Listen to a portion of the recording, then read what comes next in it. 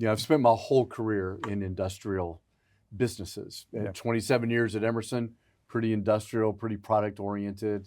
The last 8.5 here at ADS, very, very industrial, and it's really special. And I think there's something, kind of two really cool things about ADS and our industrial background that I think this kind of syncs up with. You know, one is we manage water. You know, it's an enormously important natural resource for everyone.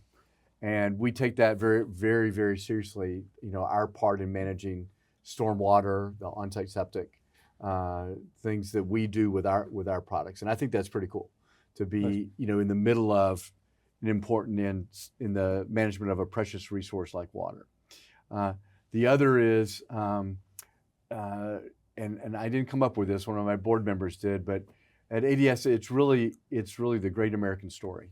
A couple of young engineers come up with a product, they bring in salespeople, they find a market for it, they gain capital, they build plants, they develop new products, risks are taken, acquisitions made, and over a long period of time, you come up to be a company like ADS today, where we can really be scaled and have great impact in our segments and markets. And the fact that our market cap went up nicely along the way is also good.